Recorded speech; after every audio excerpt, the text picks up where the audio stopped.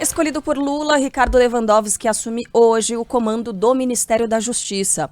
O ministro aposentado do Supremo Tribunal Federal vai substituir Flávio Dino, que toma posse no STF no próximo dia 22.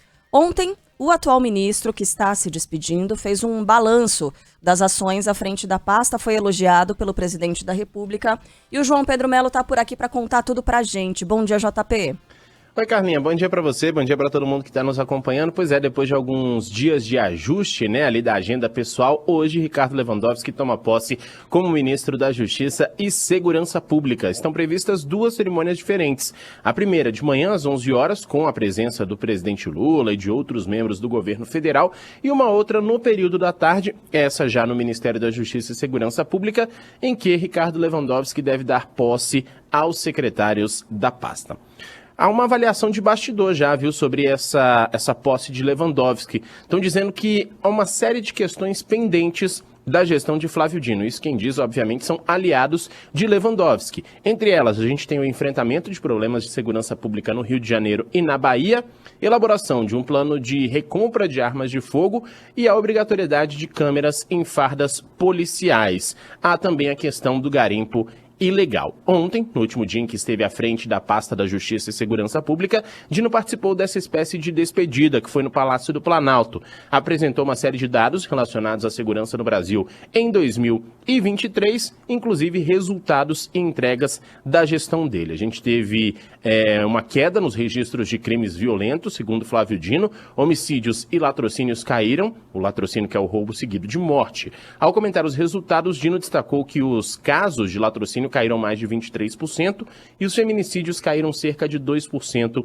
nesse ano que ele teve à frente do Ministério. Também destacou que a Polícia Federal segue combatendo a corrupção, mas que a única mudança foi com o fim dos espetáculos das operações da PF. Vamos ouvi-lo.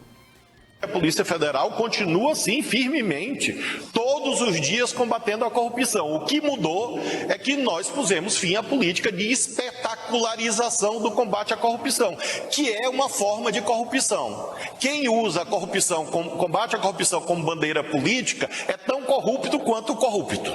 Só em 2023, então, a gente teve a Polícia Federal apreendendo mais de 1 bilhão e 800 milhões de reais em bens e valores de criminosos envolvidos com tráfico de drogas e a Polícia Rodoviária Federal apreendendo mais de 700 toneladas de drogas em todo o Brasil. Essa ação, somada aí, segundo Flávio Dino, com a política de restrição de armas de fogo, ajudou na diminuição desses crimes. No fim dessa cerimônia, a gente teve o presidente Lula apontando que o país tem que jogar pesado para acabar com o que ele chamou de indústria internacional do crime organizado. Joga muito pesado, eu não sei como. Por isso é que eu trouxe o ministro, da experiência dele agora, sabe? E um desses aqui, como é que a gente vai jogar pesado para enfrentar a chamada indústria internacional do crime organizado? Essa tem avião, essa tem navio, essa tem barca, essa tem iate, essa tem indústria, ela tem tudo. O Ministério da Justiça destacou ainda a integração que foi feita com os 27 estados, ou 27 unidades da federação, na construção do Sistema Único de Segurança Pública. Flávio Dino destacou que foram doados mais de 390 milhões de reais em equipamentos, viaturas, armamentos e drones. E isso foi um esforço para melhorar e ampliar também a integração tanto das polícias militares e civis com a Polícia Federal, ou seja, melhorar essa atuação a nível nacional.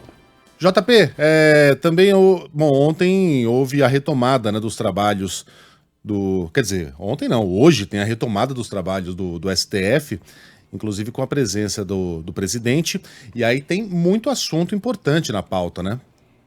São vários assuntos, viu, Megali? Essa retomada ocorre às 2 da tarde, Primeira cerimônia de abertura do ano que vai ser presidida pelo Roberto Barroso, Ministro Roberto Barroso, atual presidente do Supremo Tribunal Federal, ele que tomou posse em setembro, e a gente tem previsão de alguns pronunciamentos nessa sessão. O primeiro deles, obviamente, do ministro Roberto Barroso, logo depois o Procurador-Geral da República, Paulo Gonet Branco, e também do presidente da Ordem dos Advogados do Brasil, Beto Simonetti. internet. Os ministros, depois dessa cerimônia, que vai ter a presença do presidente Lula, vão fazer o primeiro julgamento desse ano. A gente tem na pauta de hoje a questão da revisão da vida toda. O que é essa revisão? Um mecanismo que abre a possibilidade de aplicação de uma regra mais vantajosa para segurados no cálculo de benefícios do INSS.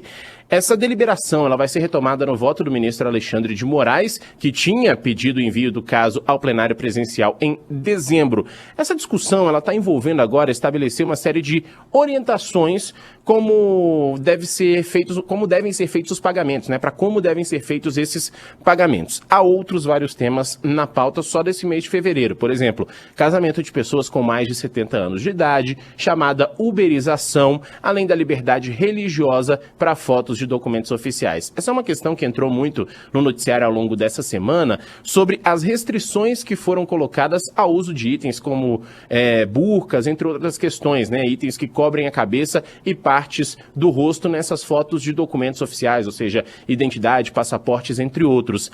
A gente tem também, como previsão de análise para esse mês de fevereiro, não sabemos se dará tempo diante de discussões demoradas que devem ser feitas pelo Supremo, as questões da distribuição das sobras eleitorais, a pauta ambiental, revista íntima em presídios e utilização de celulares como provas de crimes. Essa questão dos celulares como provas de crimes, ela trata de um recurso que discute se são válidos os esquemas em que policiais, por exemplo, no momento da abordagem, acabam verificando agendas, bloco de notas, entre outras questões de celulares, sem uma decisão judicial. Então, esse é o ponto da discussão. Essa questão também deve ser discutida nesse mês de fevereiro. Como falei, se der tempo, porque há muitas outras questões aí na pauta também, e isso, obviamente, leva ali 1, 2, 3 sessões do Supremo de repente, então, portanto, essas outras pautas podem ficar aí mais para frente.